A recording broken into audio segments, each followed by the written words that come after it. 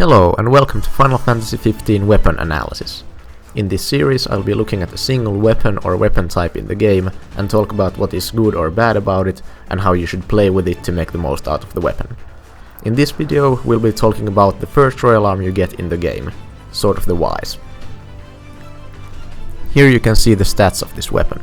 There are no stat penalties, but the boosts aren't anything to write home about either. This is a royal arm you actually want to use for its moveset. I won't go very in depth about the moveset since I already have an entire series dedicated to that, but it's worth doing a brief summary here. The basic combo for this weapon isn't anything special, in fact it's quite bad. Save for one attack, the combo starter. The combo starter is this attack you see here that looks like a warp strike. On top of having amazing range and speed, the damage it deals is more than any basic attack from any weapon in the game, save for some endgame greatswords. It is by far the best combo starter in the game. It is worth noting that in close range, this attack is slightly different. Instead of it being a warp, it's just a simple stab attack. This difference might seem trivial since it's just as fast and deals just as much damage as the long range variant. However, it has a noticeably shorter recovery time, which plays a big role in one of the techniques you can use with this weapon. The phase counter is just as bad as the basic combo, and while the aerial attack is similar to the ground combo starter, it only deals respectable damage at point blank range. The warp strike also isn't anything too special since it barely does more damage than the combo starter and costs more health and MP. It does, however, have more range and gives you invulnerability, so it's not completely useless. Since the ground combo starter is the only really good attack this weapon has, your playstyle should revolve around making the most out of it. The most reliable way to use this weapon is to make use of hit and run tactics. Just do the warp attack and immediately roll away. Then just repeat until the enemy dies and move on to the next one. This is by far the safest melee weapon in the game, since you won't even be at melee range most of the time. Most enemies in this game lack respectable long-range attacks, or the ability to chase you down. The biggest danger comes from fast, short-range attacks, and with this weapon you don't have to worry about them at all. Unless you attack directly into the enemy's attack, which you shouldn't be doing with any weapon, you'll almost never get hit when playing like this.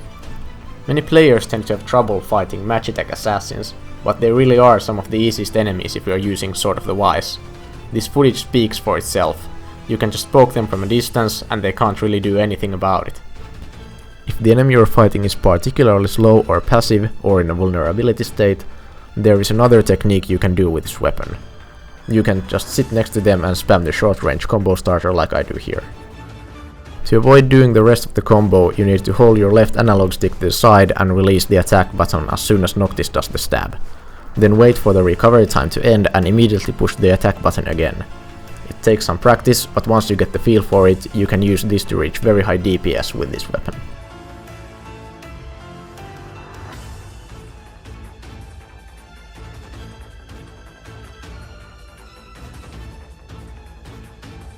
There is also a third way to really make use of the warp attack, and it involves weapon switching.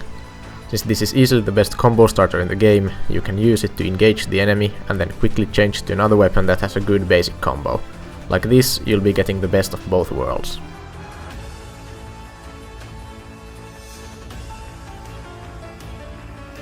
There's not much to say about the build for Sword of the Wise.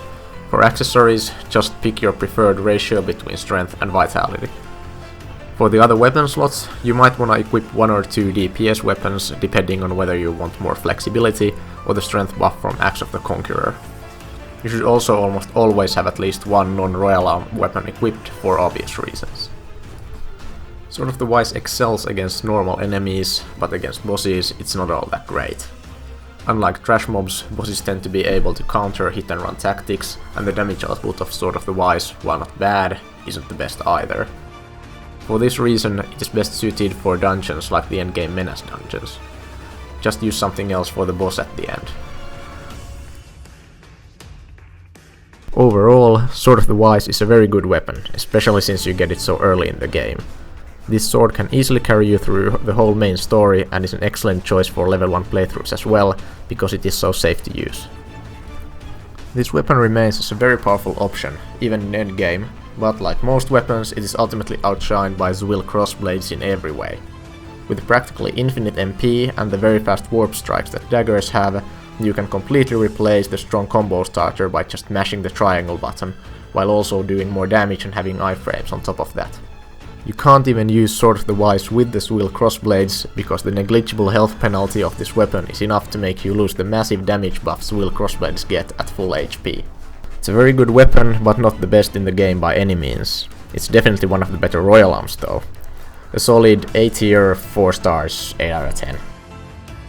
Thanks for watching this episode of Final Fantasy XV Weapon Analysis. If you got some thoughts about the weapon, you can leave them in a comment below. Hope you enjoyed, and I'll see you next time.